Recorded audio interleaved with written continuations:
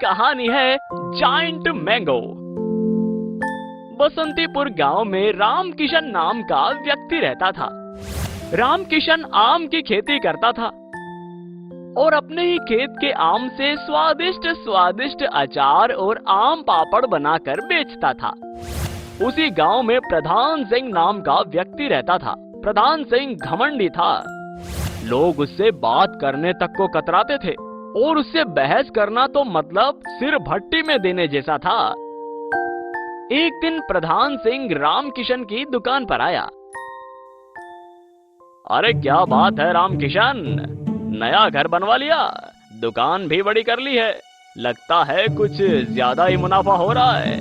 कहीं तुम हमें मिलावटी सामान तो नहीं बेच रहे?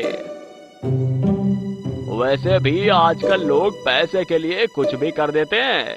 अरे मेरे सामान की गुणवत्ता के तो ये सारे गांव वाले गवाह है यारी। मैंने आज तक मिलावट नहीं की यारी, और तुम्हें इतनी दिक्कत है तो आज से मैं तुम्हें सामान नहीं बेचूंगा यारी, और ना ही तुम मेरे पास सामान लेने आना, समझे? इस तरह रामकिशन ने सरेआम प्रधान सिंह को बेइज्जत करके भगा दिया। बहुत ज्यादा घमंड है ना इसे। अब इस रामकिशनवा को धोबी का कुत्ता नहीं बनाया ना तो मेरा नाम भी प्रधान सिंह नहीं। प्रधान सिंह जादू टोना जानता था। उसने जादू टोने से पानी को अभिमंत्रित किया और रात में जाकर रामकिशन के खेत में छिड़क दिया।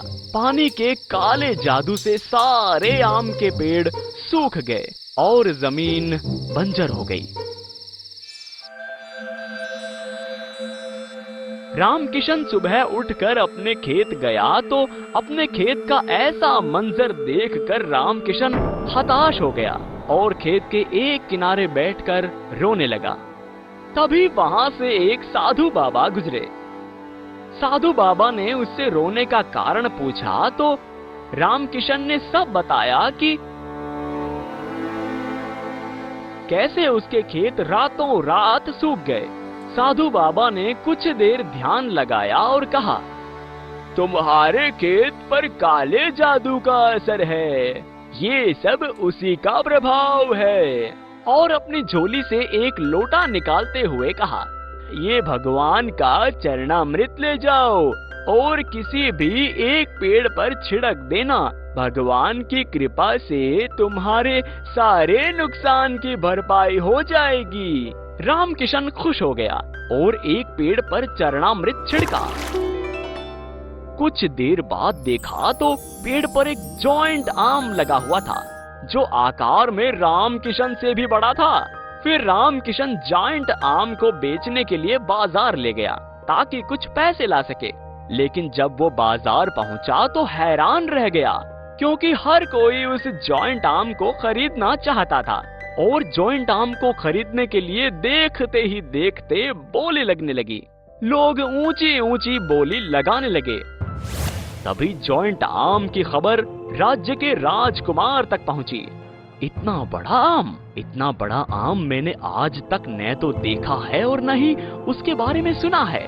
इस अद्भुत आम की सही जगह तो हमारा राजमहल है। और राजकुमार जॉइंट आम को 10,000 सोने की अशर्फी में खरीद लेता है। 10,000 अशर्फी देख रामकिशन फूला नहीं समाता क्योंकि ये उसकी साल भर की कमाई से भी ज्यादा था। उसने इन सब के लिए भगवान को प्रणाम किया और घर चला आया। रामकिशन का सुकून प्रधान सिंह से देखा नहीं गया और वो सोचने लगा, बर्बाद होने की बजाय इसकी तो चांदी हो गई, लेकिन इस चांदी का हकदार तो मैं भी हूँ। ऐसा सोचकर प्रधान सिंह चरणामृत को चुरा लेता है और रात में वो रामकिशन के खेत पर जाता है और वहां पर एक पेड़ पर चरणामृत को छिड़कता है। आम बड़ा होने लगता है और जॉइंट आम बन जाता है। पर तभी प्रधान सिंह सोचता है, अरे इतना बड़ा आम तो रामकिशन का भी था, मैं उससे भी बड़ा जॉइंट आम लेकर जाऊंगा और ज्यादा पैसे लेकर आऊंगा। वो ऐसा सोचकर जॉइंट आम को और भी बड़ा करता गया, लेकिन पेड़ इतने बड़े आम का वजन सहन नहीं कर पाया और जॉइंट आम टूटकर सीधा प्रधान सिंह पर आ गिरा, जिससे उसकी मौके पर ही मौत हो गई।